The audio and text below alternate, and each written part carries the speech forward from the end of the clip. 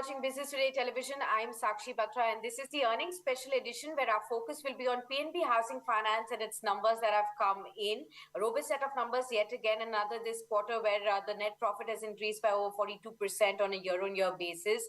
What we've also seen is that the net interest income has also seen a growth of 17% on a YOY basis as well, to 695 odd crore rupees right there. The net interest margin now in Q3 has also stood at 3.7 odd percent right there. We've also seen a growth as far as the disbursement, the loan book is concerned. The retail loan asset that has also grown by about 17.5%, led by, of course, growth in both the affordable as well as the emerging markets as well. To discuss with us the key fine print, what has gone into the key contributing factors for this quarterly earning, as well as what is the outlook, now we are joined by the top management of the company. Mr. Girish Kousgi joins in, the MD and the CEO of PNB Housing Finance. Warm welcome to you, sir. It's always a pleasure to have you with us. Congratulations on another set of strong numbers that have come in Q3 for you. Do tell us, sir, any top 2 or 3 factors that have led to this strong growth continuing for you in this quarter? Well, good morning, Sakshi. I think you have said all the numbers, so you made my job a bit easier. So I think quarter 3 was pretty good. In fact, the first 9 months, all the 3 quarters in the year has been pretty good for us, even though there were certain challenges in the industry. In the first 9 months, we've done well quarter 1, quarter 2 and quarter 3. We had guided the retail book growth of 17%. So as of quarter 3, we are at 17.5%. And we'll be able to surpass 17% by March. So that's the guidance and target on book growth. So our focus was very clearly a couple of years back, we wanted to grow our retail book and we also wanted to increase the margin, and therefore we started affordable business little over 2 years back, and as of March the book was about 70-90 crores.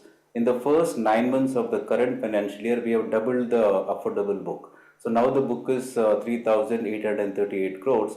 We started emerging verticals this year because it is a yield accretive business, and now the book is about 13,000 and odd, and we've also grown that pretty well on a YOY. So overall disbursement growth on a YOY is 31%. In fact, margin is quite stable, 3.7%. PAT growth is 43%. ROA is 2.51%. I think overall credit cost has been benign, negative 19 bips. So I think overall we are pretty much happy with the quarter 3, and we are in line to achieve our stated objectives for the current financial year. Okay, got that. Right there, sir. Do help us now understand as far as your NII growth outlook is concerned from here on. How do you see that substantially growing to in FY25? And also, if you could give us an overview as far as how FY26 could look in terms of the NII growth, sir.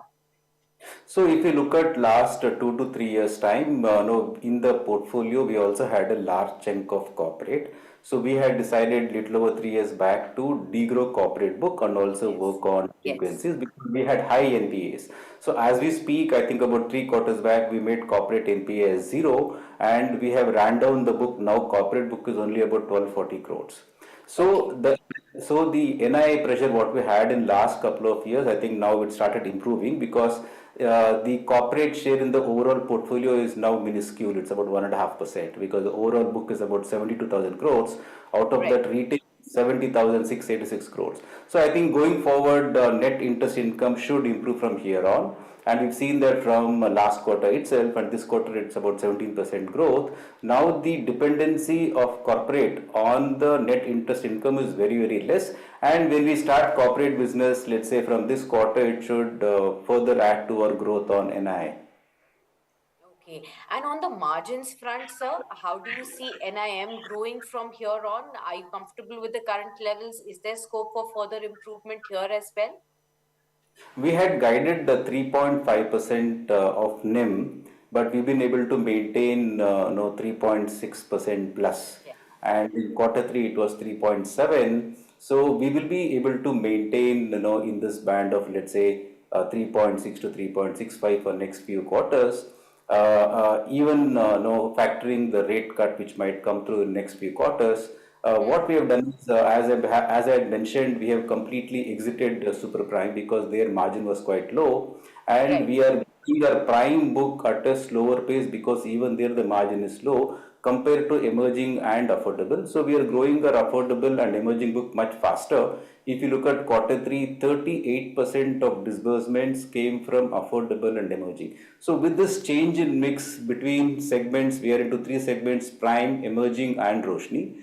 With focus on Roshni is affordable. Roshni and Yes. emerging, the margins will improve. So after about 3 or 4 quarters time, I think the margin should slowly inch up, because we have guided the NIM of about 4.1% by FY27 with a Correct. retail book of about 1 lakh crore. Right. Okay.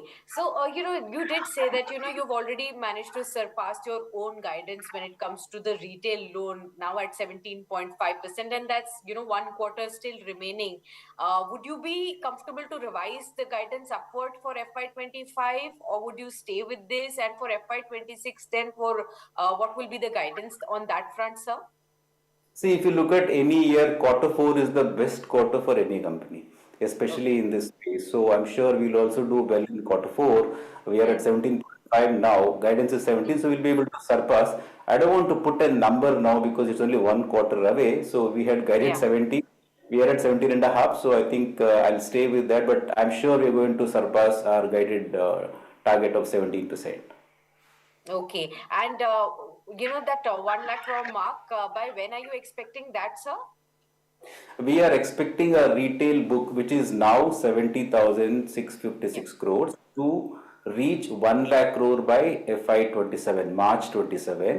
And the composition will be: today the affordable book is 3,838.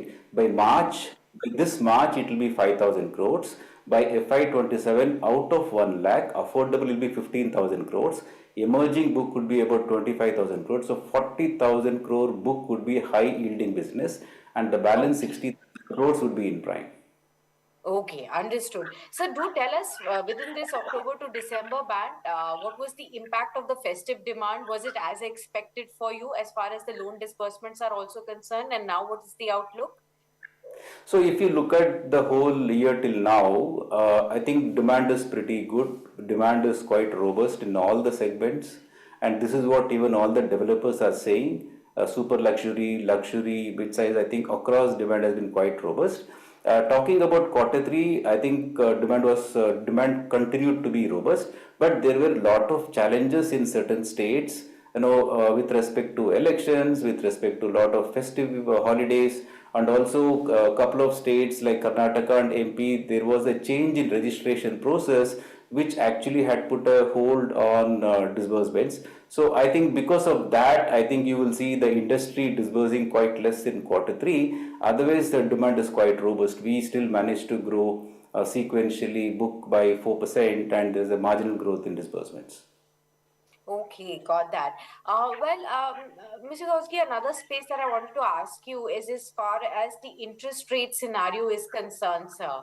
How are you expecting that to play out? Again, there is some kind of a question as to whether the RBI will have enough levers to immediately go ahead for a rate cut right after the budget when the meeting will incur, or do you see further delay now happening in terms of the interest rate cuts happening? How is the scenario playing out there, sir? And how will it impact the loan demand and the overall housing market? So in terms of rate cut, I think lot of discussions have happened in last few quarters, about inflation, rate cut, liquidity crunch, Yes. right? So I'm not very sure. I can't confirm what will happen in the next MPC, but we are expecting rate cut to start sooner than later. It might Hmm. probably happen in February. It could be maybe 25 bips. So a 25 bips rate cut would impact us on the cost of borrowing by 10 bips. So that we will pass it on. And since we are going to start corporate, it will help us on the margin. We are changing segment which will get us a higher yield. So our yields would improve. And also in all the three segments, that is prime, emerging, and affordable, we are trying to up the yield. So we will be able to manage to a large extent, and we don't see any challenge, in the medium term with respect to rate cut. Okay, got that. Sir, I did ask you last time around as well, and I still want to follow up on that question. And as that's as far as the PMAY interest subsidy scheme is concerned, which is expected to benefit 1 crore customers over the next 4 5 years. How are you really positioned to capture this opportunity for yourself, sir? I think it's a great opportunity for the entire housing industry, especially companies focusing on emerging and affordable to a certain extent on prime, because PMAY inter-subsidy scheme caters largely to EWS, LIG and part of MIG. This scheme started from 1st of September of this year. We have already, done business close to 5,000 accounts, 5,000 customers. In terms of amount, it's about 675 crores. So it has taken off very well, and I'm sure this is going to really help demand to go up. And we are very positive about the scheme. Okay. And lastly, sir, I did want to ask you, as far as the upcoming budget is concerned, what is your big expectation for the sector you are catering to right here closely? What remains to be seen as far as what the government can do to further, improve the demand here? Already, you did say that, a lot of segments have reported positive demand, but what exactly is needed at this hour, and what would be the big ask from the upcoming union budget? I think from the industry perspective, there are three asks. One is the limit on interest and the principal aid that can be enhanced. That's one and two. The third one Yes. is on the affordable side. The supply from the developer side is quite less because of the challenges. Because these projects for developers are not viable, and therefore a lot of developers are focusing on super luxury and luxury apartments. They're not getting into affordable, so some kind of tax ops for affordable projects, that would help to further improve and increase demand on the affordable. So these three are the expectations from budget. Okay, wonderful speaking to you, Mr. Kousgi. Thank you so Thank much for you. sparing the time for us, helping us detail the insights from your quarterly earnings. I wish you all the very best for the upcoming quarter as well. And we'll hope to catch you very soon post the budget to take your first reactions right there too. Many thanks for being with us on the show, sir. Thank you. With that, viewers, we wrap up this special conversation with PNB Housing Finance on the earnings as well as on the budget expectations right there. Do stay tuned. We will continue to get you such fascinating insights from the top voices of India Inc. right there when it comes to the earnings that are being reported and, of course, the big expectations from the budget too. Stay tuned.